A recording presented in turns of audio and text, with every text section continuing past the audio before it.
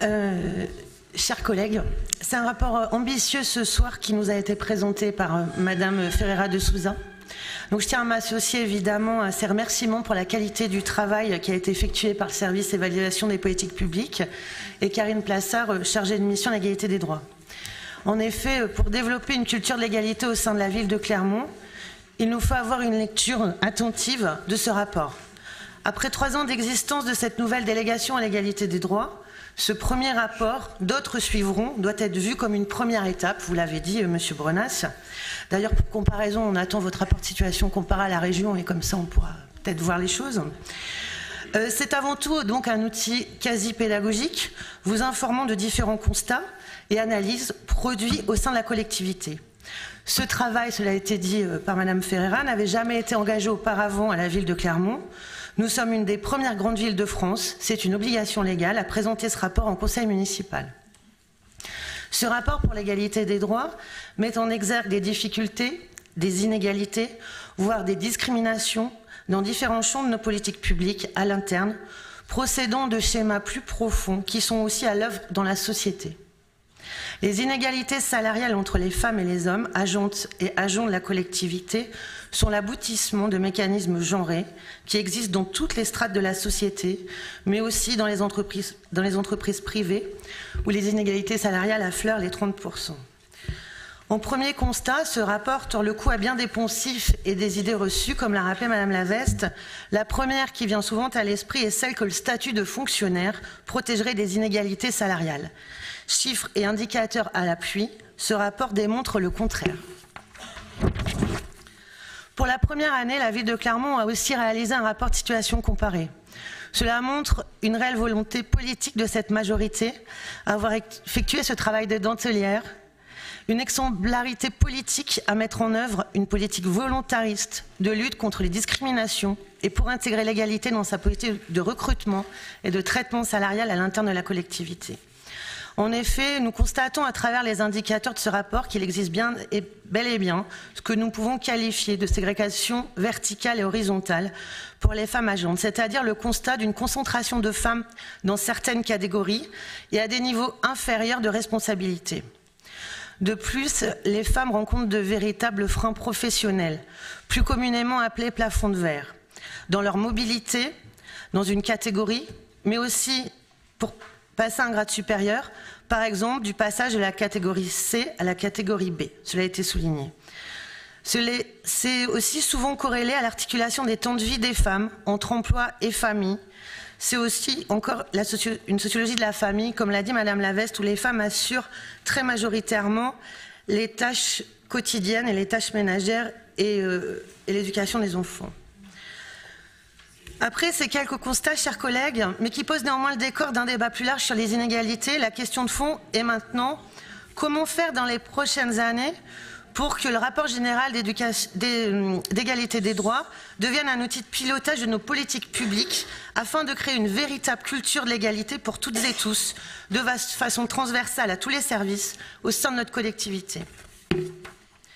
Malheureusement, la réponse à cette question procède d'une analyse fine, d'une quasi-introspection sur les schémas qui aboutissent à ces inégalités aussi flagrantes. Mais ces constats vont demander pour remédier à ces discriminations un travail sur le long terme, cela a été dit, devant être mené par toutes et tous dans tous les champs de nos politiques publiques, éducation, domaine social, vie associative, culture, sport, transport, espace urbain et public et bien d'autres. C'est aussi un véritable travail d'éducation dans tous les lieux où parfois, bien malgré nous, les stéréotypes de genre sont à l'œuvre et s'élaborent. Car ce qui crée avant tout ces inégalités entre les femmes et les hommes, ce sont les stéréotypes de genre et les préjugés sexistes qui se construisent au sein même de la société et dans les lieux de socialisation.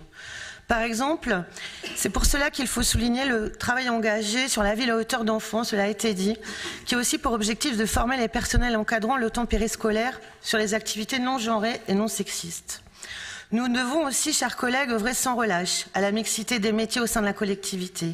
En effet, les filières les moins rémunérées sont les filières administratives et médico-sociales, où le taux de féminisation est le plus important, ce qui génère de fortes disparités salariales, par exemple au sein de la filière B.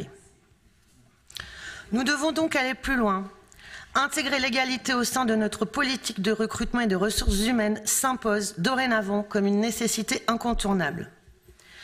Mais aussi, comme nous le faisons et continuons de le faire depuis des années avec le réseau Femmes, et maintenant avec la création récente du réseau Égalité des chances, comprenant des associations promouvant la lutte contre les discriminations qui sont de véritables relais au sein des territoires et quartiers populaires de la ville. Par exemple aussi, avec la mise en œuvre du Pass 3e, cela a été dit précédemment, je ne m'y attarderai pas. Enfin, chers collègues, à l'heure dramatique où nous assistons à des politiques rétrogrades et des attaques sur les droits des femmes et des étrangers, aux États-Unis, dans certains pays d'Europe, et peut-être même ici, en France, cela est bien plus proche que nous ne voulons le penser. Il est d'autant plus à saluer l'action exemplaire de notre majorité municipale en faveur de la lutte contre les inégalités entre les femmes et les hommes et contre toutes les discriminations. Chers collègues, bien sûr, le travail sera encore long et il demande une ambition politique renouvelée, un soutien de tous les groupes politiques de la ville, mais c'est aussi avec les citoyennes et les citoyens de notre ville que nous avancerons. Lutter en faveur de l'égalité entre les femmes et les hommes, c'est aussi avoir conscience de ce qui nous limite, de ce qui ne fonctionne pas.